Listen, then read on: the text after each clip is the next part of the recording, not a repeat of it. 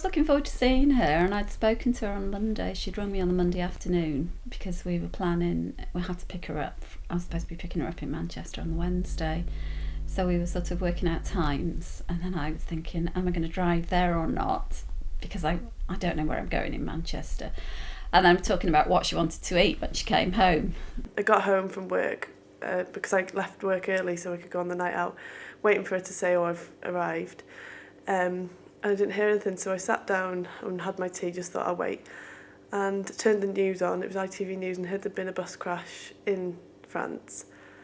And then I thought, oh, that's funny because Kat's travelling home today, but I didn't think it'd be her because I thought a lot of the ski seasons would be travelling home that day. On the Tuesday, I'd gone to work, and then I got a message in the afternoon, come home quickly. And I was just about to come home anyway. I was marking books, and I never thought anything of it. It didn't cross my mind at all. And when I walked through the door, her dad was there and said, come in, there's been an accident.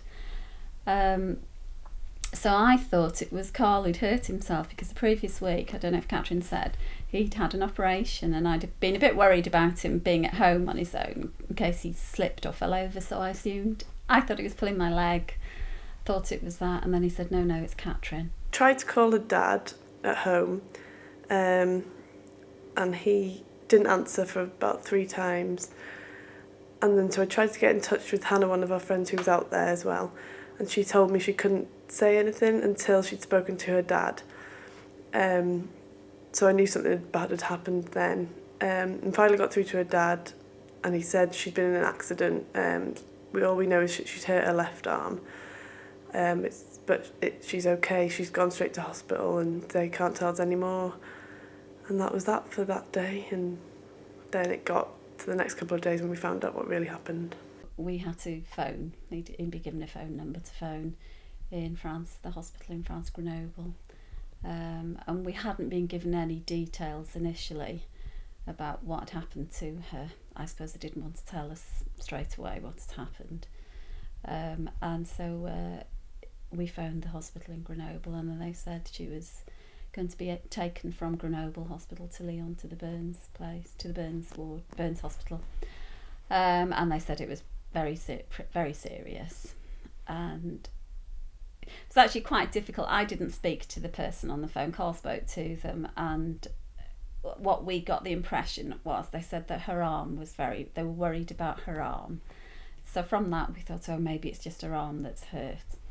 Anyway, he gave us a phone number. Oh no, he told us that the hospital in Lyon would phone us later that evening.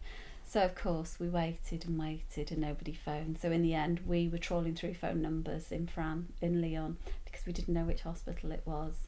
And we got through in the end anyway. We found out, and we spoke to one of the doctors on the ward there, and they said how serious it was, how badly burnt she'd been.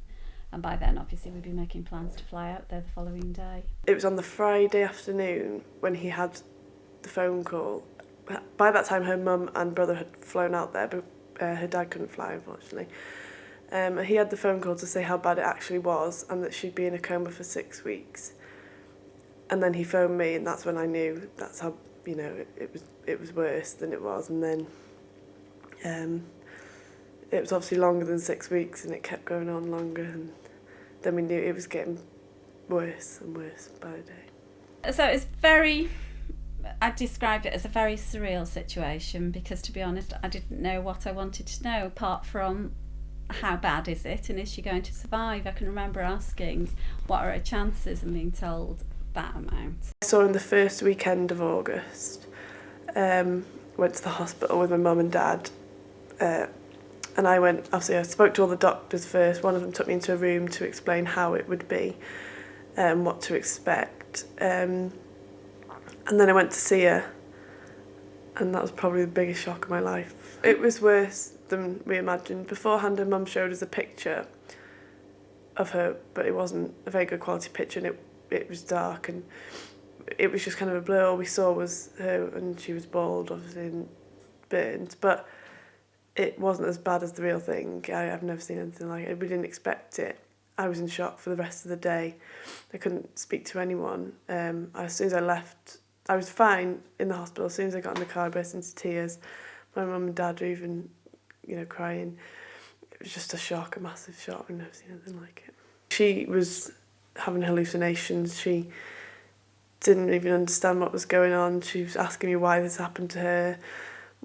You know, why she just thought she didn't deserve it to happen to her, and she was just confused. She still didn't know what was going on, really. As Catrin began her recovery, the true extent of her injuries became apparent. She is the only ever person to survive 96% burns to her body.